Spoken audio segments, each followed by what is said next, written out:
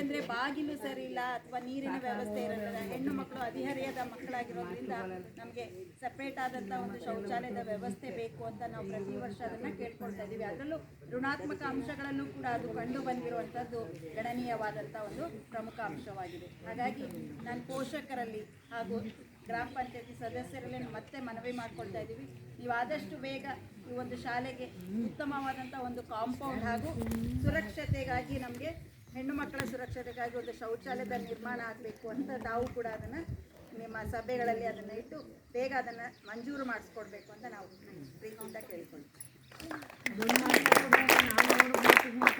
ಅವ್ರು ಕಟ್ಬಿಡ್ತಾವ್ರೆ ಎಲ್ಲರೂ ಮಾತುಗಳು, ಅದು ಶಾಸಕರ ಇದ್ರಲ್ಲಿ ಬರಲ್ಲ ಮೇಡಮ್, ಅದ ಶಾಸಕರು ಬಂದಾಗ ಅದ ಗಮನಕ್ಕೆ ತಂದೆ ವ್ಯವಸ್ಥೆ ಇದು ಮಾಡಿ ಮಾಡಿ ಪಾಪ ಅವರು ಬೇಕಾದಷ್ಟು ಕಷ್ಟಪಡ್ತಾವ್ರು. ಅದೊಂದು ತರಕಾರಿ ಬೆಳಿತಾರೆ, ಎಲ್ಲ ಕಿತ್ ಮಾಡಿದ್ರು ತೋರಿಸ್ತಾರೆ, ನಾವೇನು ಮಾಡೋದ ಮಕ್ಕಳುಗಳು ಮಾಡಿರೋದ ಎಷ್ಟು ಬೇರೆ ಎಲ್ಲನೂ ಈಗೊಂದು 12 ಕಿತ್ತಿ ತೋರಿಸಿದ್ರು ಇದ್ರ ಕಾಯಿಗಳು. ಯಾರಾದರೂ ಪೋಷಕರು ಮಾತಾಡ್ಬೋದಲ್ಲ, ಮಾತಾಡಿ ಮೇಡಮ್. ಅಲ್ಲ, ನಿಮ್ಗೆ ಏನು ಅನ್ಸುತ್ತೆ? ನಿಮ್ಮ ಮಕ್ಕಳು ಹೇಗೆ ಓದ್ತಿದ್ದಾರೆ? ನಿಮ್ಮ ಮಗಳು ಓದಿದ್ಲು, ನಿಮ್ಮ ಮಗನ ಇವಾಗ 10th ಸ್ಟ್ಯಾಂಡರ್ಡಲ್ಲಿ ಇದ್ದಾನಲ್ವಾ, ಹಾಗಾಗಿ ನೀವು ಮಾತಾಡ್ಬೋದು. ಈಗ ಇವ್ರು ಅಂದರೆ ಪಾಪ ಇವ್ರ ಮಗ ಇವಾಗ ಬಂದಿರೋದು, 8ನೇ ತರಗತಿಗೆ ಅವ್ರ ಮಗ ಇವಾಗ ಬಂದಿರೋದು. ನೀವು ಮಾತಾಡಿ, ಹೇಳಿ ಮೇಡಮ್. ಜಯರಾಮಣ್ಣ ಬನ್ನಿ, ನೀವೇ ಸುತ್ತ ನೋಡ್ತಾ ಇರ್ತೀರಲ್ಲ, ಅವರೇ ನೋಡ್ತಿರ್ತಾರೆ. ಅದನ್ನೇ ಹೇಳಿ ಸರ್, ಇಲ್ಲೇ ಮೈಕಲ್ಲಿ ಅದು ರೆಡಿ ಆಗ್ತಿದೆ ಅಲ್ಲ. ಇನ್ನು ಶಾಲಾ ಕಾಂಪೌಂಡ್ ಸಮಸ್ಯೆ ಇದೆ ಅಂದ್ರಲ್ಲ, ಅದನ್ನೇ ಹೇಳಿ, ಇಲ್ಲಿ ಬಂದು ಹೇಳಿ, ವೇದಿಕೆಗೆ ಬಂದು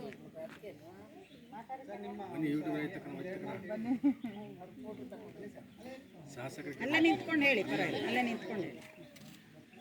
ವಿದ್ಯಾರ್ಥಿಗಳ ನಿಮ್ಗೆ ಎಲ್ಲ ಪಠ್ಯ ಪುಸ್ತಕಗಳು ಎಲ್ಲ ತಲುಪಿದೆ ನಿಮ್ಗೆಲ್ಕ? ಯಾಕೆಂದರೆ ಎಲ್ಲ 53 ವಿದ್ಯಾರ್ಥಿಗಳಿದ್ದಾರೆ ಅಂತ ಹೇಳೋದು. ಅವ್ರು ಎಲ್ಲನೂ ತಂದೆ ತಾಯಿಗಳಲ್ಲೇ ಮನೆಗೆ ಬಾಗಿಲಿಗೆ ಬಂದು ಎಲ್ಲ ಪೋಷಕ ಎಲ್ಲ ಇದು ಮಾಡಿ ಸೈನ್ ಹಾಕ್ಕೊಂಡಿದ್ದಾರೆ. ಅದಕ್ಕೆ ಶೂಸು ಮತ್ತು ಬಟ್ಟೆಗಳು ಎಲ್ಲ ಸಮವಸ್ತ್ರಗಳು ತಲುಪಿದೆ ಅಂತ ನಮ್ಮ ತಕ್ಕ ಮಾಹಿತಿ ಬಂದಿದೆ. ಅದಕ್ಕೆ ಎಲ್ಲ ತಲುಪದೆ ಅಂತ ಎಲ್ಲ ಮಾಹಿತಿ ತಲುಪಿಸಿದ್ದಾರೆ. ಆ ಉದ್ದೇಶ ನಿಮ್ಗೆ ಎಲ್ಲರಿಗೂ ತಲುಪಿದ್ದಾರೆ ಹೆಂಗೆ ಅಂತ ನಿಮ್ಮ ಗಮನಕ್ಕೆ ಇದು ಮಾಡ್ಬೋದು. ತಲುಪದೆ ಅಂದರೆ ಎಲ್ಲಕ್ಕ ಓಕೆ ಅಂದ್ಬಿಟ್ಟು ಇದು ಮಾಡಿ ಆ ಉದ್ದೇಶದಿಂದ ಹೇಳ್ತಾರೆ. ವಿದ್ಯಾರ್ಥಿಗಳು ಆಯಿತು, ಪೋಷಕರಾಯಿತು ಮತ್ತು ಇವರು ಮಾತು ಮೇಡಮ್ ಬೇರೆ ಅಲ್ಲಿ ಏನೇ ಅಲ್ಲಿ ಹಿಂಗೆ ಅಂತ ತಂದೆ ತಾಯಿಗಳಿಗೆ ಗಮನಕ್ಕೆ ತರಬೇಕಾದ ನಿಮ್ಮ ಅಭಿಪ್ರಾಯ.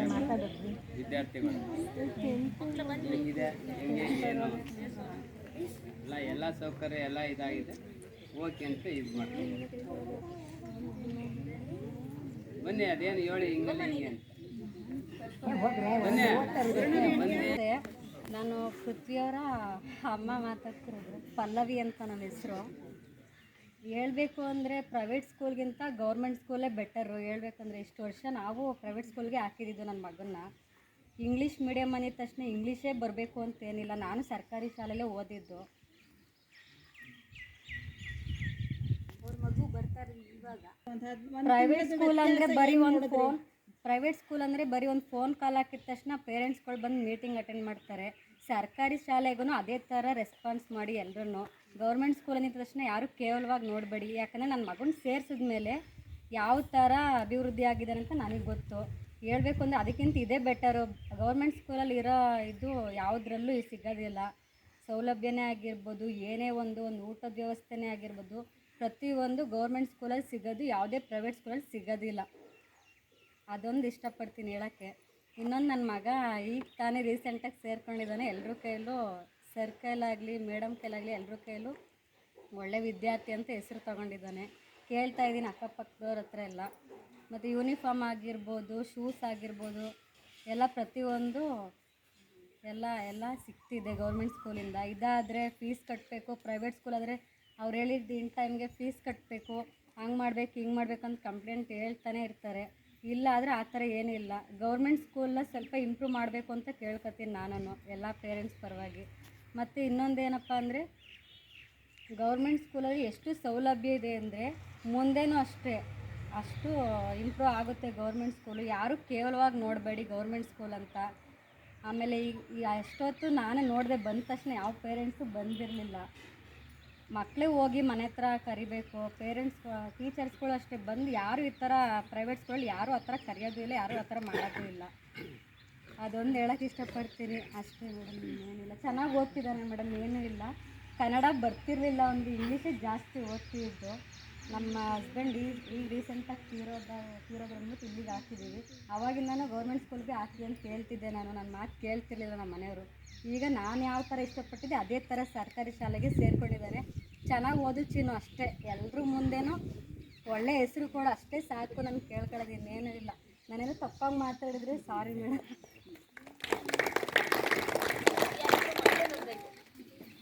ನೀವೇನೇನು ಇಸ್ಕೊಂಡಿದ್ದೀರಾ ನಿಮ್ಮ ಮಿಸ್ ಹತ್ರ ಹೇಳ್ಬೇಕು. ಖಾಸಗಿ ಶಾಲೆಗಳಲ್ಲಿ ಇರುವಂತಹ ಎಲ್ಲ ರೂಲ್ಸ್ ರೆಗ್ಯುಲೇಷನ್ಸ್ ಇರ್ಬೋದು, ಅಥವಾ ಸರ್ಕಾರಿ ಶಾಲೆಯಲ್ಲಿ ಇರುವಂತಹ ಆ ಒಲವು, ಟೀಚರ್ಸ್ ಹಾಗೂ ಮಕ್ಕಳ ನಡುವೆ ಇರುವಂತಹ ಸಾಮರಸ್ಯ, ಇವುಗಳನ್ನು ಎತ್ತಿ ಆ ಒಂದು ಒಳ್ಳೆಯ ಗುಣಾತ್ಮಕ ಅಂಶಗಳನ್ನು ಹೇಳಿದಂತಹ ಪೃಥ್ವಿಯವರ ತಾಯಿಗೆ ನಾನು ಅಭಿನಂದನೆಗಳನ್ನು ತಿಳಿಸ್ತೇನೆ. ಶಾಲಾ ಮಕ್ಕಳು ಯಾರಾದರೂ ತಮ್ಮ ಅನಿಸಿಕೆ ಅಭಿಪ್ರಾಯಗಳನ್ನು ಸರ್ಕಾರಿ ಶಾಲೆಯ ಬಗ್ಗೆ ನೀವು ಮಾತನಾಡಬೇಕು ಅಂತಿದ್ರೆ ದಯಮಾಡಿ ಮುಂದೆ ಬಂದು ತಮ್ಮ ಅನಿಸಿಕೆಗಳನ್ನು ಹಂಚಿಕೊಳ್ಬೇಕಾಗಿ ನಾನು ಕೇಳ್ಕೊಳ್ತೇನೆ. ಬಾಲಕರ ವಿಭಾಗದಿಂದ ಒಬ್ಬರು, ಬಾಲಕಿಯರ ವಿಭಾಗದಿಂದ ಒಬ್ಬರು. ಆ ಇಲಾಖೆಯಿಂದ ಒಬ್ಬರು ಅಧಿಕಾರಿಗಳು ಬಂದಿದ್ದರು, ECO ಆಗಿ. ಅವರು ಇವನನ್ನು ನೋಡಿದ ತಕ್ಷಣ ಇವನು ಕೂತಿದ್ದಂತಹ ಸ್ಟೈಲು, ಅವನು ಹಾಕ್ಕೊಂಡಂಥ ಯೂನಿಫಾರ್ಮ್ ಆಗಿರ್ಬೋದು, ಆಗ ಇನ್ನೂ ಯೂನಿಫಾರ್ಮ್ ಕೊಟ್ಟಿರಲಿಲ್ಲ, ಕಲರ್ ಡ್ರೆಸ್ಸನ್ನೇ ಹಾಕ್ಕೊಳ್ತಾ ಇದ್ದ. ಅವನ ಹೇರ್ ಸ್ಟೈಲ್ ಇರ್ಬೋದು, ಅದನ್ನೆಲ್ಲ ನೋಡಿ ಅವನಿಗೆ ಇಡೀ 8ನೇ ತರಗತಿ ವಿದ್ಯಾರ್ಥಿಗಳಿಗೆ ಅವನಿಗೆ ಪರಿಚಯ ಮಾಡಿಕೊಟ್ರು. ನೋಡಿ, ಮಾಡೆಲ್ ಸ್ಟೂಡೆಂಟ್ ಅಂದರೆ ಪ್ರಮೋದ್ ಅಂತ. ಅವನು ಆ ನಿಟ್ಟಿನಲ್ಲೇ ಅವನು ತನ್ನ ಒಂದು ಪ್ರಗತಿಯನ್ನು ಸಾಧಿಸ್ಕೊಳ್ತಾ ಬಂದ. ಮತ್ತು ಜಿಲ್ಲಾ ದರ್ಶನ, ಕರ್ನಾಟಕ ದರ್ಶನಕ್ಕೂ ಕೂಡ ಅವನು ಸೆಲೆಕ್ಷನ್ ಆದ. ಅಲ್ಲಿ ನಡೆಸಿದಂತಹ ಕ್ವಿಜ್ ಕಾರ್ಯಕ್ರಮದಲ್ಲೂ ಕೂಡ ಅವನು ಪ್ರೈಸನ್ನು ತೆಗೆದುಕೊಂಡು ಬಂದಿದ್ದ. ಆಮೇಲೆ ನೆಕ್ಸ್ಟ್ ಅದಕ್ಕೆ ಮುಂದಿನ ಹಂತದಲ್ಲಿ ಅವನು 9ನೇ ತರಗತಿಗೆ ಬಂದಾಗ ಅವನು ಸ್ವೀಪ್ ಕಾರ್ಯಕ್ರಮದಡಿ ಒಂದು ಕ್ವಿಝನ್ನು ಇತ್ತು. ಅದು ಶಾಲಾ ಹಂತದಲ್ಲಿ ಆಯಿತು. ಶಾಲಾ ಹಂತದಲ್ಲೂ ಅವನು ಬಹುಮಾನವನ್ನು ಗೆದ್ದ. ನಂತರ ತಾಲೂಕು ಮಟ್ಟಕ್ಕೆ ಅವನು ಹೋದ. ತಾಲೂಕು ಮಟ್ಟದಲ್ಲೂ ಕೂಡ ಅವನು ಸೆಲೆಕ್ಷನ್ ಆದ, ಎಲ್ಲ ಆನ್ಲೈನ್ ಕ್ವಿಝ್ ಅದು. ನಂತರ ಜಿಲ್ಲಾ ಮಟ್ಟಕ್ಕೆ ಹೋದ. ಜಿಲ್ಲಾ ಮಟ್ಟದಲ್ಲೂ ಕೂಡ ಅವನು ನಮ್ಮ ಜಿಲ್ಲೆಯನ್ನು ಪ್ರತಿನಿಧಿಸಿ ಸ್ಟೇಟ್ ಲೆವೆಲ್ಗೆ ಅವನು ಫಸ್ಟ್ ರೌಂಡಲ್ಲಿ ಸೆಲೆಕ್ಟ್ ಆಗಿ ಬಂದಿದ್ದ. ಸ್ಟೇಟ್ ಲೆವೆಲಲ್ಲಿ ಅವನಿಗೆ 1 ಅಂಕದಿಂದ ಮಾತ್ರ ಅವನು ಬ್ಯಾಂಗ್ಳೂರಲ್ಲಿ ಹೋಗಿ ಸ್ಟೇಟ್ ಲೆವೆಲನ್ನು ಅವನು ಮಂಡ್ಯ ಡಿಸ್ಟ್ರಿಕ್ಟನ್ನು ರೆಪ್ರೆಸೆಂಟ್ ಮಾಡ್ತಾ ಇದ್ದ. ಹಾಗಾಗಿ ಅವನು ತುಂಬ ಉತ್ತಮವಾದಂತಹ ವಿದ್ಯಾರ್ಥಿ. ಈ ಸಲ ಅವನು 10ನೇ ತರಗತಿಯಲ್ಲಿದ್ದಾನೆ. ಹಾಗೂ ಎಲ್ಲ ಗುಣಾತ್ಮಕ ಅಂಶಗಳನ್ನು ಇಟ್ಟುಕೊಂಡು ಅದೇ ರೀತಿಯಲ್ಲಿ ಅವನು ಪ್ರಜಾಪ್ರಭುತ್ವದ ವ್ಯವಸ್ಥೆಯಲ್ಲಿ ನಾವು ಶಾಲಾ ಮಟ್ಟದ ಚುನಾವಣೆಯನ್ನು ಕೂಡ ನಡೆಸಿದ್ವಿ. ಅಲ್ಲೂ ಕೂಡ ಅವನು ಉತ್ತಮವಾದಂತಹ ಮತಗಳನ್ನು ಗಳಿಸಿ ಅವನು ಮುಖ್ಯಮಂತ್ರಿಯಾಗಿ ಆಯ್ಕೆಯಾಗಿದ್ದಾನೆ. ಆದರೆ ಒಂದೇ ಹಿಂಜರಿಕೆ ಏನಂದರೆ ಅವನು ಮಾತನಾಡಲ್ಲ ಅಷ್ಟೇ, ಸ್ವಲ್ಪ ನಾಚಿಕೊಳ್ಳೋಂಥ ಸ್ವಭಾವ. ವರಲಕ್ಷ್ಮಿ SN ರವರು. ಎಲ್ಲರಿಗೂ ಧನ್ಯವಾದಗಳು. ಎಲ್ಲರಿಗೂ ನಮಸ್ಕಾರಗಳು. ನನ್ನ ಹೆಸರು ವರಲಕ್ಷ್ಮಿ SN. ನಾನು 9ನೇ ತರಗತಿಯಲ್ಲಿ ವ್ಯಾಸಂಗ ಮಾಡುತ್ತಿದ್ದೇನೆ. ನಮ್ಮ ಶಾಲೆಯಲ್ಲಿ ಸಮವಸ್ತ್ರವನ್ನು ಮತ್ತು ಪಠ್ಯಪುಸ್ತಕಗಳನ್ನು ನೀಡಿದ್ದಾರೆ. ಶೂ ಕೊಟ್ಟಿದ್ದಾರೆ. ಆಮೇಲೆ ಕ್ರೀಡಾ ವಸ್ತುಗಳನ್ನು ಕೊಡ್ತಾರೆ ಆಟಾಡಕ್ಕೆ. ಶಾಲೆ ಬಗ್ಗೆ ಹೇಳು, ನಿನ್ನ ಅಭಿಪ್ರಾಯದಲ್ಲಿ ಶಾಲೆ ಹೇಗಿದೆ? ಆಮೇಲೆ ಮಧ್ಯಾಹ್ನದೊತ್ತು ಬಿಸಿ ಊಟವನ್ನು ಕೊಡ್ತಾರೆ, ಚೆನ್ನಾಗಿ ಮಾಡ್ತಾರೆ.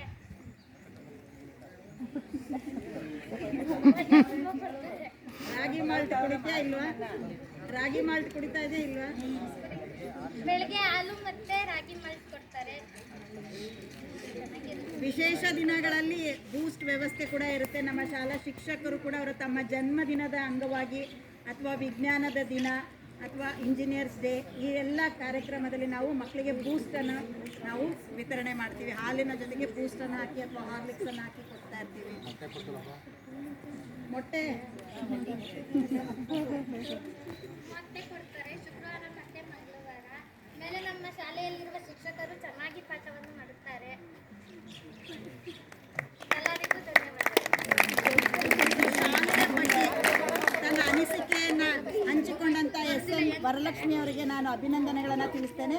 ಹಾಗೆ ಮುಖ್ಯಮಂತ್ರಿಯವರಿಗೆ ಆಗಮಿಸ್ತಾ ಇದ್ದಾರೆ. ಎಲ್ಲರೂ ಚಪ್ಪಾಳೆ ಮೂಲಕ ಅವರನ್ನು ಪ್ರೋತ್ಸಾಹಿಸ್ತಾರೆ.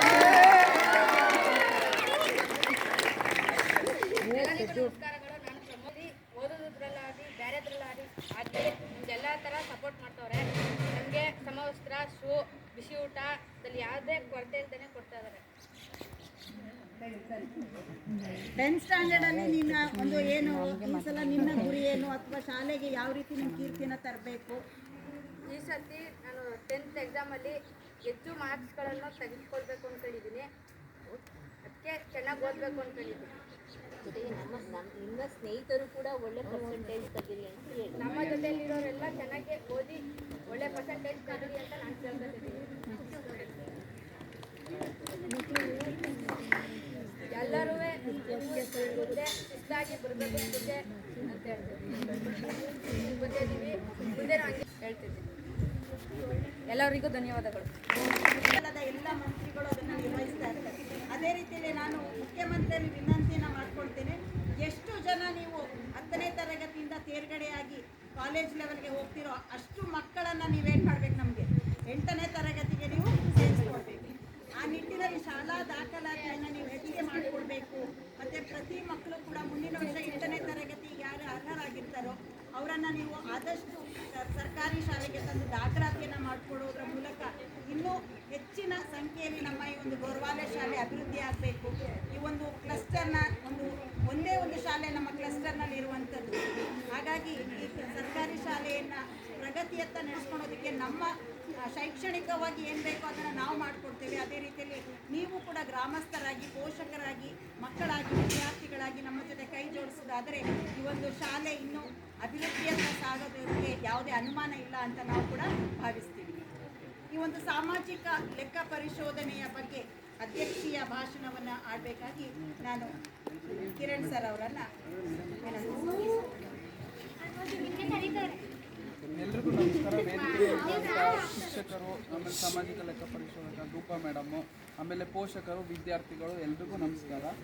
ಈಗ ಏನು ನಾವು ನೋಡಿದ್ವಿ ಸಾಮಾಜಿಕ ಪರಿಶೋಧನೆ ಸಮಗ್ರ ಶಿಕ್ಷಣ ಯೋಜನೆ ಅಂದರೆ, ಸಮಗ್ರ ಶಿಕ್ಷಣ ಯೋಜನೆ ಸರ್ಕಾರ ಏನಕ್ಕೆ ರೂಪಿಸಿದೆ ಅಂದರೆ ಎಲ್ರಿಗೂ ಈಗ ಎಲ್ಲರೂ ಪ್ರೈವೇಟ್ ಸ್ಕೂಲ್ಗೆ ಹೋಗಿ ಓದೋಕ್ಕಾಗಲ್ಲ. ಅದಕ್ಕೋಸ್ಕರ ಗೌರ್ಮೆಂಟ್ ಅವರೇ ಒಂದು ಹೊಸ ಯೋಜನೆಯನ್ನು ರೂಪಿಸಿ LKG ಇಂದ 12ನೇ ಕ್ಲಾಸ್ವರೆಗೂ ಉಚಿತ ಶಿಕ್ಷಣ, ಅದಕ್ಕೆ ಬೇಕಾಗುವಂಥ ಏನು ಉಪಯೋಗ, ಬಿಸಿ ಊಟ ಆಗಿರ್ಬೋದು, ಆಮೇಲೆ ಬುಕ್ಸು, ಇದು ಏನೇ ಫೆಸಿಲಿಟಿ ಬೇಕಾದರೂ ಸರ್ಕಾರದಿಂದ ಸಿಗ್ತಾ ಇದೆ. ಅದನ್ನು ನೀವೆಲ್ಲ ಉಪಯೋಗಿಸ್ಕೋಬೇಕು. ಆಮೇಲೆ ನಾನು ಇದರಲ್ಲಿ ಅಬ್ಸರ್ವ್ ಮಾಡಿರೋದೇನು ಅಂದರೆ, ಫಸ್ಟು 73 ಜನ ಮಕ್ಕಳಿದ್ರು, ಈಗ 53 ಜನ, ಕ್ರಮೇಣ ಕಮ್ಮಿ ಆಗ್ತಿದೆ. ಅದಕ್ಕೆ ಶಿಕ್ಷಕರು ಇವರು ಎಲ್ಲ ಒಂದು ಸ್ವಲ್ಪ ಮುತುವರ್ಜಿ ವಹಿಸಿ ಏನಕ್ಕೆ ಬಿಡ್ತಿದ್ದಾರೆ ಮಕ್ಕಳು, ಯಾಕೆ ಕಮ್ಮಿ ಆಗ್ತಿದ್ದಾರೆ ವರ್ಷದಿಂದ ವರ್ಷಕ್ಕೆ, ಅದು ಏನು ರೀಸನ್ ಅಂತ ನೋಡಿಕೊಂಡು ಅದನ್ನು ಕಂಡುಕೊಂಡು ಮಕ್ಕಳಿಗೆ ಇನ್ನೂ ಏನು ಅಗತ್ಯತೆ ಬೇಕು ಅದನ್ನು ವಹಿಸಿ ಮಕ್ಕಳನ್ನ ವಾಪಸ್ಸು ಶಾಲೆಗೆ ಕರ್ಕೊಂಬರ್ಬೇಕು ಅಂತ ಕೇಳ್ಕೊತೀನಿ. ಅದೇ ರೀತಿ ಇನ್ನೊಂದು ಶಾಲೆಯಲ್ಲಿ ಅಬ್ಸರ್ವ್ ಮಾಡ್ದಂಗೆ ಸ್ವಲ್ಪ ಫ್ಯಾನ್ಗಳಿಲ್ಲ ಅಂತ ಕೇಳಿದೆ. ಆಮೇಲೆ ಪರ್ಮನೆಂಟಾಗಿ ವಾಟರ್ ಫಿಲ್ಟರ್ ಏನಾದ್ರು ಮಾಡೋಕ್ಕಾದರೆ ಅದು ವ್ಯವಸ್ಥೆ ಮಾಡ್ಕೊಳ್ಳಿ ಮೇಡಮ್. ಹಾಗೆ ಕಾಂಪೌಂಡ್ದು ಈಗ ನರೇಗಾ ಯೋಜನೆಯಲ್ಲಿ ಸಿಗ್ತಿದೆ ನಿಮಗೆ. PDO ಸರ್ ಜೊತೆ ಮಾತಾಡಿ ಈ ಶಾಲೆಗೆ ಒಂದು ಕಾಂಪೌಂಡ್ ವ್ಯವಸ್ಥೆ ಮಾಡೋ ಥರ ನಾವು ಹೇಳ್ತೀವಿ. PDO ಸರ್ಗೆ ನಾವು ಪ್ರಯತ್ನ ಮಾಡ್ತೀವಿ. ಆಮೇಲೆ ಇದನ್ನು ಉಪಯೋಗಿಸ್ಕೊಂಡು ಎಲ್ಲ ಮಕ್ಕಳು ಚೆನ್ನಾಗಿ ಓದಿ ಜೀವನದಲ್ಲಿ ಇನ್ನೂ ಮುಂದೆ ಬರಬೇಕು ಅಂತ ಕೇಳ್ಕೊಳ್ತೀನಿ. ಧನ್ಯವಾದ. ಅಧ್ಯಕ್ಷೀಯ ಭಾಷಣವನ್ನು ಮಾಡಿದಂತಹ ಶ್ರೀಯುತ ಕಿರಣ್ ಸರ್ ಅವ್ರಿಗೆ ಧನ್ಯವಾದಗಳು ಸರ್. ಸರ್, ನಾವು ನಮ್ಮ ಶಾಲೆಯ ಪರವಾಗಿ ನಿಮಗೆ ಒಂದು ವಿನಂತಿ ಏನಂತಂದರೆ, ನಮ್ಮದು ಗ್ರಾಮೀಣ ಶಾಲೆ, ನಮಗೆ ಅನುದಾನಗಳು ತುಂಬ ಕಡಿಮೆ. ಬರುವಂಥ ಅನುದಾನದಲ್ಲಿ ಏನೂ ಮಾಡೋಕ್ಕಾಗ್ತಾಯಿಲ್ಲ ಸರ್. ಅದರಲ್ಲೇ ನಾವು ನಮ್ಮ ಮುಖ್ಯ ಶಿಕ್ಷಕರೇ ಮತ್ತು ಶಿಕ್ಷಕರೆಲ್ಲರೂ ಸೇರಿ ಕುಡಿಯೋ ನೀರಿಗೂ ಸಹ ನಮ್ಮ ಕೈಲೇ ದುಡ್ಡು ಕೊಟ್ಟು ಕಳಿಸ್ತಾ ಇದ್ದಾರೆ. ಅದಕ್ಕೆ ಬೇರೆ ಇಲ್ಲ. ಮತ್ತು ನಾವು ನ್ಯೂಸ್ ಪತ್ರಿಕೆಗಳು ತರಿಸ್ಬೇಕು ಅಂತ ನಮ್ಗೆ ಭಾಳಷ್ಟು ಇದೆ, ಅದಕ್ಕೂ ಅನುದಾನಗಳು ಭಾಳಷ್ಟು ಕಡಿಮೆ ಇಲ್ಲ. ಮತ್ತು ಶೌಚಾಲಯಗಳಂತೂ ತುಂಬ ದುಸ್ಥಿತಿಲಿದ್ದಾವೆ ಸರ್. ಅದನ್ನು ನಾವು ಏನೋ ಇದು ಮಾಡ್ಕೊಂಡು ಮಾಡ್ತಾಯಿದ್ವಿ. ಹೊಸ ಶೌಚಾಲಯಗಳನ್ನು ತಾಲೂಕ್ ಪಂಚಾಯತಿಯಿಂದ ಅಲಾಟ್ಮೆಂಟ್ ಮಾಡಿಸ್ಕೊಡ್ಬೇಕು. ನಾನು PDO ಜೊತೆ ಅವ್ರು ಕೇಳೋದು ನಮಗೆ, ಅದಕ್ಕೆ ನಿಮ್ಮಲ್ಲಿ ವಿನಂತಿ ಸರ್. ಶೌಚಾಲಯ ಅವರು ಮಾಡ್ತಾ ಇದ್ದಾರೆ.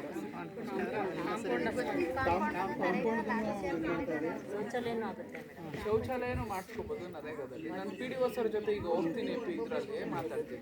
ಇದು ಈಗಾಗಲೇ ಸರ್ 15 ವರ್ಷ ಆಗಿದೆ ಸರ್ ಶಾಲೆ ಪ್ರಾರಂಭ. ಇದು ಲೀಡರ್ಶಿಪ್ ಜಾಸ್ತಿ 20 ವರ್ಷ ಆಗ್ತದೆ. 20 ವರ್ಷದಿಂದಲೂ ಸತತವಾಗಿ ಪ್ರಯತ್ನ ಮಾಡ್ತಾನೆ ಇದ್ದೀವಿ. ಈಗಲೂ ಆಶಾಭಾವನದಲ್ಲೇ ಇದ್ದೀವಿ, ಆಗುತ್ತೆ, ಈ ವರ್ಷನಾದರೂ ಆಗುತ್ತೆ ಅಂತ. ಅದಕ್ಕೆ ನಿಮ್ಮಲ್ಲಿ ಸವಿನಯ ವಿನಂತಿ ಸರ್, ನಿಮ್ಮ ಮೇಲಾಧಿಕಾರಿಗಳಿಗೆ ಅಥವಾ ನಮ್ಮ ಶಾಲೆಗೆ ಏನು ಅನುದಾನಗಳು ಬರ್ತೋ ಅದನ್ನೆಲ್ಲ ದಯವಿಟ್ಟು ಕೊಡಿಸ್ಬೇಕಾಗಿ ನಿಮ್ಮಲ್ಲಿ ನಾವು ವಿನಂತಿಸ್ಕೊಳ್ತಾ ಇದ್ದೀವಿ ಸರ್. ನಡಾವಳಿ ಸೇರಿಸಿ ನಾವು ಮೇಡಮ್ ಧನ್ಯವಾದಗಳು. ಈಗ ಶಿಕ್ಷಣದ ವ್ಯವಸ್ಥೆಯಲ್ಲಿ ಮಕ್ಕಳಿಗೆ ಶೂಸ್ಗಳ ವ್ಯವಸ್ಥೆ ಕೂಡ ಮಾಡಲಾಗುತ್ತೆ. ಹಾಗಾಗಿ ಈ ವರ್ಷದ 24-25ನೇ ಸಾಲಿಗೆ ಸರ್ಕಾರದ ವತಿಯಿಂದ ನೀಡಲಾಗಿರುವಂಥ ಅನುದಾನದಲ್ಲಿ ಮಕ್ಕಳಿಗೆ ಉತ್ತಮ ಗುಣಮಟ್ಟದ ಒಂದು ಶೂಸ್ ವ್ಯವಸ್ಥೆ ಕೂಡ ಆಗಿದೆ. ಆ ಒಂದು ಕಾರ್ಯಕ್ರಮವನ್ನು, ಆ ಶೂ ವಿತರಣೆ ಕಾರ್ಯಕ್ರಮವನ್ನು ನಾವು ಇವತ್ತು ಹಮ್ಮಿಕೊಂಡಿದ್ದೀವಿ. ಯಾಕೆಂದರೆ ನಮಗೆ SDMC ಸದಸ್ಯರಾಗಿರ್ಬೋದು, ಪೋಷಕರ ಒಂದು ಸವಲತ್ತುಗಳು ಅವ್ರಿಗೂ ಕೂಡ ಗೊತ್ತಾಗಲಿ ಅನ್ನುವಂಥ ನಿಟ್ಟಿನಲ್ಲಿ ಕಾರ್ಯಕ್ರಮವನ್ನು ಹಮ್ಮಿಕೊಂಡಿದ್ದೀವಿ. ಹಾಗಾಗಿ ಎಲ್ಲ ಮಕ್ಕಳು ಕೂಡ ಮುಂದೆ ಬಂದು ವೇದಿಕೆಯಲ್ಲಿ ಶೂಗಳನ್ನು ತಗೊಂಡು ಅಲ್ಲೇ ನೀವು ಕೆಳಗಡೆ ಕೂತ್ಕೊಂಡು ಫೋಟೋಗೆ ಒಂದು ಮಾಡಬೇಕು ಅಂತ ನಾನು ಕೇಳ್ಕೊಳ್ತೀನಿ. ಮುಂದೆ ನಿಲ್ಲಿಸ್ಬಿಡಿ ಮೇಡಮ್. ಮಂತ್ರಿಮಂಡಲದ ಸದಸ್ಯರು ಬನ್ನಿ. ಮೊದಲು ಮಂತ್ರಿಮಂಡಲದವ್ರು ಬನ್ನಿ.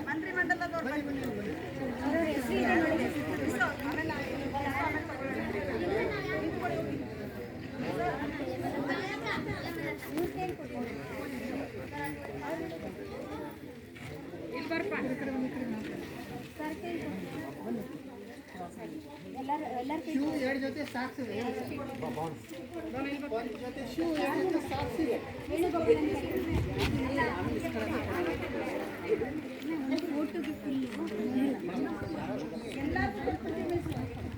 ಎಲ್ಲ ಒಂದು ಕಡೆ ನಿಂತ್ಕೊಳ್ಳಿ, ಎಲ್ಲರೂ ಒಟ್ಟಿಗೆ ನಿಂತ್ಕೊಬಿಡಿ. ಕೊಡ್ತಾ ಇರ್ತಾರ ಒಂದು ಫೋಟೋ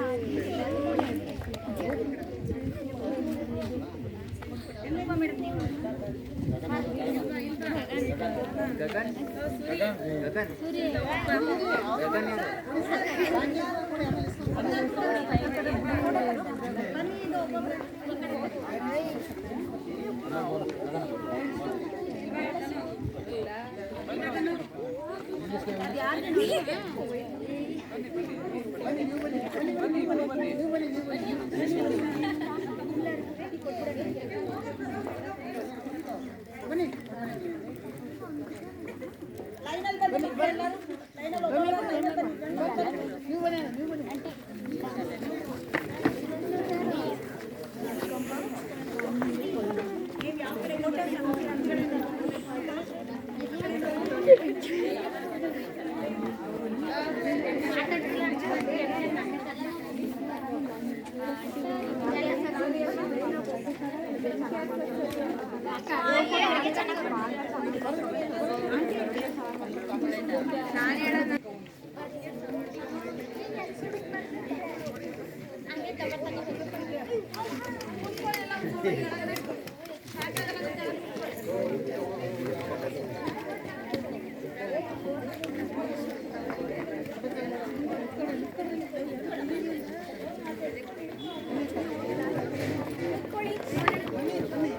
ಎಲ್ಲರೂ ಕವರ್ ಆಗಲ್ಲ, ಮುಂದೆ ಕೂತ್ಕೊಂಡ್ಬಿಡಿ ಒಂದ್ಸಲ.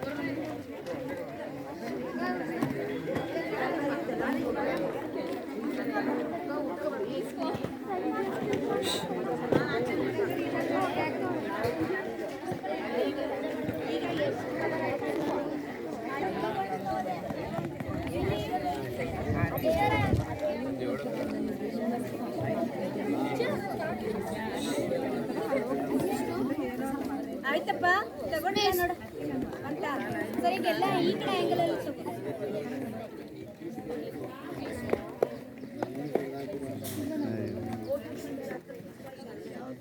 ಫೋಟೋ ತೆಗ್ದಾದ್ಮೇಲೆ ಆಮೇಲೆ ಎಕ್ಸ್ಟೆಂಡ್ ಮಾಡ್ಕೊಳ್ಳಿ. ಈಗ ಅರ್ಜೆಂಟಿಗೆ ಸಿಗಲಿಲ್ಲ. ನಿಮ್ಮ ಜಾಗದಲ್ಲಿ ಕೂತ್ಕೋಬೇಕು. ಆಮೇಲೆ ನಿಮ್ಮ ಹೆಸರುದು ಈ ಒಂದು ಸರ್ಕಾರಿ ಪ್ರೌಢಶಾಲೆ ಗೊರವಾಲೆಯಲ್ಲಿ ಮುಖ್ಯ ಶಿಕ್ಷಕರಾಗಿ ಕಾರ್ಯನಿರ್ವಹಿಸುತ್ತಾ ಇರುವಂತಹ ಶ್ರೀಮತಿ ಯಮುನಾ ಮೇಡಮ್ ರವರು ಗಣ್ಯರನ್ನ ಹಾಗೂ ಪೋಷಕರನ್ನ, ಗ್ರಾಮಸ್ಥರನ್ನ ಹಾಗೂ ಎಲ್ಲರನ್ನ ಆತ್ಮೀಯವಾಗಿ ವಂದಿಸಲಿದ್ದಾರೆ. ಮಕ್ಕಳು ಸೈಲೆಂಟ್ ಆಗಿ ಕೂತ್ಕೋಬೇಕು. ಎಲ್ಲರೂ ಕೂತ್ಕೊಂಡು ತೋಟಗಾರಿಕೆ ಇಲಾಖೆಯ ಸಹಾಯಕ ಅಧಿಕಾರಿಯಾಗಿರ್ತಕ್ಕಂತಹ ಶ್ರೀಯುತ ಕಿರಣ್ ಸರ್ ಅವರು ಈ ಒಂದು ಸಾಮಾಜಿಕ ಲೆಕ್ಕ ಪರಿಶೋಧನಾ ಕಾರ್ಯಕ್ರಮದ ಶಾಲಾ ಸಭೆಗೆ ಅಧ್ಯಕ್ಷತೆಯನ್ನು ವಹಿಸ್ಕೊಂಡು ಈ ಒಂದು ಸಭೆಯನ್ನು ತುಂಬ ಚೆನ್ನಾಗಿ ನಡೆಸ್ಕೊಟ್ಟಿದ್ದಾರೆ, ಅಚ್ಚುಕಟ್ಟಾಗಿ ನಡೆಸ್ಕೊಟ್ಟಿದ್ದಾರೆ. ಅವರಿಗೆ ನಮ್ಮ ಶಾಲೆಯ ಪರವಾಗಿ ಹೃತ್ಪೂರ್ವಕವಾದಂತಹ ಧನ್ಯವಾದಗಳನ್ನು ಅರ್ಪಿಸ್ತಾ ಇದ್ದೇನೆ. ಹಾಗೂ ನಮ್ಮ ಶಾಲೆಗೆ ಸಾಮಾಜಿಕ ಲೆಕ್ಕ ಪರಿಶೋಧನೆಗಾಗಿ ಒಂದು ತಂಡವೇ ಆಗಮಿಸಿತ್ತು. ಅದರ ಮುಖ್ಯಸ್ಥರಾಗಿದ್ದಂತಹ ಶ್ರೀಮತಿ ರೂಪಾ ಮೇಡಮ್ರವರು ಈ ಒಂದು 4 ದಿನಗಳ ಕಾಲ ನಮ್ಮೊಟ್ಟಿಗೆ ಇದ್ದು ನಮ್ಮ ಶಾಲೆಯ 2022-23ನೇ ಸಾಲಿನ ಒಂದು ಲೆಕ್ಕದ ಆಯವ್ಯಯವನ್ನು ಅಚ್ಚುಕಟ್ಟಾಗಿ ಒಂದು ವರದಿಯ ರೂಪದಲ್ಲಿ ರೆಡಿ ಮಾಡಿಕೊಟ್ಟಿದ್ದಾರೆ. ಅವರಿಗೆ ನಮ್ಮ ಶಾಲೆಯ ಪರವಾಗಿ ಹೃತ್ಪೂರ್ವಕವಾದಂಥ ಧನ್ಯವಾದಗಳನ್ನು ಅರ್ಪಿಸ್ತಾ ಇದ್ದೀನಿ. ಅವರಿಗೆ ಬೆಂಬಲವಾಗಿ ನಿಂತಹ ಅವರ ತಂಡದ ಸದಸ್ಯರಾದಂತಹ ಶ್ರೀಯುತ ವಿನೋದ್ ಸರ್ ಅವ್ರಿಗೂ ಕೂಡ ನಮ್ಮ ಶಾಲೆಯ ಪರವಾಗಿ ಹೃತ್ಪೂರ್ವಕವಾದಂಥ ಧನ್ಯವಾದಗಳನ್ನು ಅರ್ಪಿಸ್ತಾ ಇದ್ದೀನಿ. ಹಾಗೂ ಇನ್ನೊಬ್ಬರು ಸದಸ್ಯರಾದಂತಹ ಕುಮಾರಿ ರಕ್ಷಿತಾರವರು ನಮ್ಮೊಂದಿಗೆ 3 ದಿನಗಳ ಕಾಲ ಆ ಒಂದು ಪರಿಶೋಧನೆಯಲ್ಲಿ ಭಾಗವಹಿಸಿದ್ದಾರೆ. ಅವ್ರಿಗೂ ಕೂಡ ನಮ್ಮ ಶಾಲೆಯ ಪರವಾಗಿ ಹೃತ್ಪೂರ್ವಕವಾದಂಥ ಧನ್ಯವಾದಗಳನ್ನು ಅರ್ಪಿಸ್ತಾ ಇದ್ದೀನಿ. ಹಾಗಾದಂತಹ ಶ್ರೀಮತಿ ಆಶಾರವರು ಆಗಮಿಸಿದ್ದಾರೆ. ಅವರು ಕೂಡ ನಮ್ಮೊಟ್ಟಿಗೆ ಬೆಳಗಿನಿಂದ ಇಲ್ಲಿವರೆಗೂ ಕೂಡ ನಮ್ಮ ಎಲ್ಲ ಕಾರ್ಯಕ್ರಮಗಳಲ್ಲೂ ಭಾಗವಹಿಸ್ತಾ ಇರ್ತಾರೆ. ಅವರಿಗೆ ಹೃತ್ಪೂರ್ವಕವಾದಂಥ ಧನ್ಯವಾದಗಳನ್ನು ಅರ್ಪಿಸ್ತಾ ಇದ್ದೀನಿ. ಹಾಗೂ ಮತ್ತೊಂದು ತಂಡದ ಸದಸ್ಯರಾಗಿ ಪೋಷಕರಿಗಾಗಿ ನಮ್ಮ ಪೋಷಕರು ಹಾಗೂ ನಮ್ಮ SDMCಯ ಸದಸ್ಯರುಗಳು ಇಲ್ಲಿ ಭಾಗವಹಿಸಿದ್ದಾರೆ. ಅವರಿಗೆ ನಮ್ಮ ಪ್ರಮೋದ್ ಅವರ ತಾಯಿಯವರು ಆಗಿರ್ಬೋದು, ಮತ್ತು ಜಯರಾಮಣ್ಣ ಆಗಿರ್ಬೋದು, ಎಲ್ಲರೂ ಕೂಡ ಇಲ್ಲಿದ್ದಾರೆ. ನಮ್ಮ SDMCಯ ಸದಸ್ಯರಾದಂಥ ನಾಗರಾಜಣ್ಣ ಅವರು ತುರ್ತು ಕೆಲಸದ ನಿಮಿತ್ತ ಅವರು ಹೊರಗಡೆ ಹೋಗಿರೋದ್ರಿಂದ ಅವ್ರ ತಾಯಿಯವರು ಇಲ್ಲಿ ಭಾಗವಹಿಸಿದ್ದಾರೆ, ಕೆಂಪಮ್ಮನವರು. ಅವರಿಗೂ ಕೂಡ ನಮ್ಮ ಶಾಲೆಯ ಪರವಾಗಿ ಹೃತ್ಪೂರ್ವಕವಾದಂಥ ಧನ್ಯವಾದಗಳನ್ನು. ನಮ್ಮ ಪೋಷಕರು, ನಮ್ಮ ಶಾಲೆಯಲ್ಲಿ ಓದ್ತಾ ಇರುವಂತಹ ಮಕ್ಕಳ ಪೋಷಕರು ಇಲ್ಲಿ ಭಾಗವಹಿಸಿದ್ದಾರೆ. ಸುಮಾರು 8, 9, 10ನೇ ತರಗತಿಯಲ್ಲಿ ಇವರ ಮಕ್ಕಳು ನಮ್ಮ ಶಾಲೆಯಲ್ಲಿ ಓದ್ತಾ ಇದ್ದಾರೆ. ಅವರ ಪೋಷಕರು ಇಲ್ಲಿ ಭಾಗವಹಿಸಿದ್ದೀರಿ. ನಿಮ್ಮೆಲ್ಲರಿಗೂ ಕೂಡ ಹೃತ್ಪೂರ್ವಕವಾದಂಥ ಧನ್ಯವಾದಗಳನ್ನು ಸಲ್ಲಿಸ್ತಾ ಇದ್ದೀನಿ. ಹಾಗೂ ಈ ಒಂದು 3 ದಿನಗಳು ಕೂಡ ನನ್ನೊಟ್ಟಿಗೆ ಇದ್ದು ನಮ್ಮ ಶಾಲೆಯ ಎಲ್ಲ ಕೆಲಸ ಕಾರ್ಯಗಳಲ್ಲಿ ನನಗೆ ಬೆಂಬಲವಾಗಿ ನಿಂತಿರುವಂಥದ್ದು. ನಮಗೆ ಯಾಕೆಂದರೆ ನಮ್ಮ ಶಾಲೆಯಲ್ಲಿ ಮುಖ್ಯ ಶಿಕ್ಷಕರು ನಿವೃತ್ತಿಯನ್ನು ಹೊಂದಿದ್ದಾರೆ ಡಿಸೆಂಬರ್ ತಿಂಗಳಿನಲ್ಲಿ. ನನ್ನೊಟ್ಟಿಗೆ ನನಗೆ ಜನವರಿಯಿಂದ ಈ ಒಂದು 7 ತಿಂಗಳ ಕಾಲ ನನಗೆ ಎಲ್ಲ ಕೆಲಸಗಳಲ್ಲೂ ಕೂಡ ಒಂದು ಶೈಕ್ಷಣಿಕವಾಗಿ, ಆರ್ಥಿಕವಾಗಿ ಮತ್ತು ಎಲ್ಲ ರೀತಿಯಲ್ಲೂ ಕೂಡ ನಮ್ಮ ಶಾಲೆಯ ಎಲ್ಲ ಸಿಬ್ಬಂದಿ ವರ್ಗದವರು, ಒಂದು ಸಹಶಿಕ್ಷಕ ವೃಂದದವರು ನನಗೆ ಬೆಂಬಲವಾಗಿ ನಿಂತಿದ್ದಾರೆ. ಅವರೆಲ್ಲರಿಗೂ ಕೂಡ, ನಮ್ಮ ಸಹಶಿಕ್ಷಕ ವೃಂದದವರಿಗೆ, ನಮ್ಮ ಸಿಬ್ಬಂದಿ ವರ್ಗದವರಿಗೆ, ನಮ್ಮ ಅಡುಗೆಯ ಸಿಬ್ಬಂದಿ ವರ್ಗದವರಿಗೆ ಎಲ್ಲರಿಗೂ ಕೂಡ ಹೃತ್ಪೂರ್ವಕವಾದಂಥ ಧನ್ಯವಾದಗಳನ್ನು ಸಲ್ಲಿಸ್ತಾ ಇದ್ದೀನಿ. ಹಾಗೂ ನಮ್ಮ ಶಾಲೆ ನಡೀತಾ ಇರುವಂಥದ್ದೇ ನಿಮ್ಮ ಸಹಕಾರದಿಂದ ವಿದ್ಯಾರ್ಥಿಗಳೇ. ಹಾಗಾಗಿ ನೀವೆಲ್ಲರೂ ಕೂಡ ನಮ್ಮ ಎಲ್ಲ ನಾವೇನು ಆರ್ಡರ್ಸ್ ಕೊಡ್ತಾ ಇರ್ತೀವಿ ಅದನ್ನೆಲ್ಲವನ್ನು ಪಾಲಿಸ್ತಾ ಇದ್ದೀರಿ. ನಿಮ್ಮೆಲ್ಲರಿಗೂ ಕೂಡ ಈ ಒಂದು ಶಾಲಾ ಸಭೆಯ ಪರವಾಗಿ, ನಮ್ಮ ಶಾಲೆಯ ಪರವಾಗಿ ನಿಮಗೂ ಕೂಡ ಹೃತ್ಪೂರ್ವಕವಾದಂಥ ಧನ್ಯವಾದಗಳನ್ನು ಸಲ್ಲಿಸ್ತಾ ಇದ್ದೀವಿ. ಬಂದಿರುವಂಥ ಪೋಷಕರಿಗೆ ನಿಮಗೆ ಒಂದು ಕಿವಿ ಮಾತಿದೆ. ಯಾಕೆಂದರೆ ನಿಮ್ಮೆಲ್ಲರಿಗೂ ಕೂಡ ಊಟದ ವ್ಯವಸ್ಥೆ ಇಲ್ಲೇ ಆಗಿದೆ. ಹಾಗಾಗಿ ಎಲ್ಲರೂ ಒಂದು ಉಪಹಾರವನ್ನು ಸ್ವೀಕರಿಸಿ ಆನಂತರ ತೆರಳಬೇಕು ಅಂತ ಹೇಳಿ ಕೇಳ್ತಾರೆ.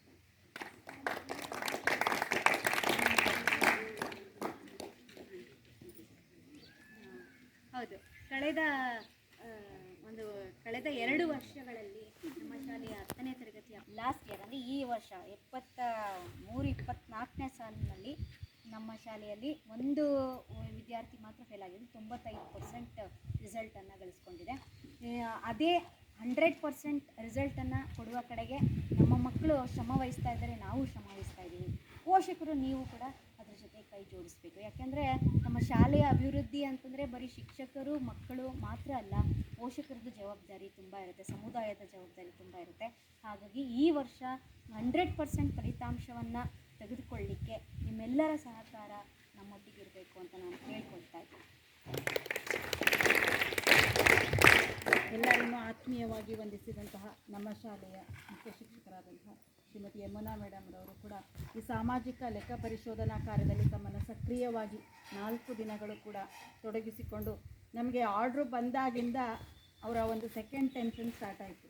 ಶಾಲಾ ಮೇಲುಸ್ತುವಾರಿ ಮಾಡ್ತಾಯಿದ್ರು, ಬಿಸಿ ಊಟದ ವ್ಯವಸ್ಥೆ ಆಗ್ತಾಯಿತ್ತು, ಶಾಲಾ ಶಿಕ್ಷಣದ ಬಗ್ಗೆ ಪ್ರತ್ಯೇಕವಾದಂತಹ ಮೀಟಿಂಗ್ಗಳನ್ನ ಅಟೆಂಡ್ ಮಾಡಬೇಕಾಗಿತ್ತು. ಅದರೆಲ್ಲದರ ಮಧ್ಯದಲ್ಲಿ, ಆ ಒತ್ತಡದ ಮಧ್ಯದಲ್ಲೂ ಈ ಸಾಮಾಜಿಕ ಲೆಕ್ಕ ಪರಿಶೋಧನೆ ಹೊಸ ಒಂದು ಅನುಕ್ರಮವಾಗಿ ನಮಗೆ ಪರಿಣಮಿಸಿತು. ಏನಾಗುತ್ತೆ, ಏನು ಮಾಡ್ತಾರೆ ಇಲ್ಲಿ ಲೆಕ್ಕ ಪರಿಶೋಧನೆಯಲ್ಲಿ, ಅಲ್ಲಿ ಒಳಗೊಂಡಿರುವಂಥ ಅಂಶಗಳು ಹೇಗೂ, ನಾವು ಹೇಗೆ ಮಾನಸಿಕವಾಗಿ ಸಿದ್ಧವಾಗಬೇಕು ಅನ್ನುವಂಥ ನಿಟ್ಟಿನಲ್ಲಿ ಪ್ರತಿದಿನ ನಾವು ಚರ್ಚೆಯನ್ನು ಮಾಡ್ತಾಯಿದ್ವಿ.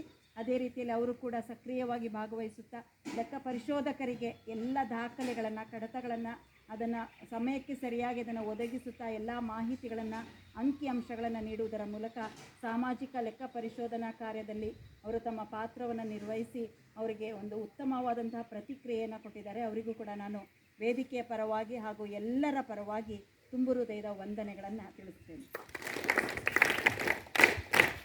ಧನ್ಯವಾದ.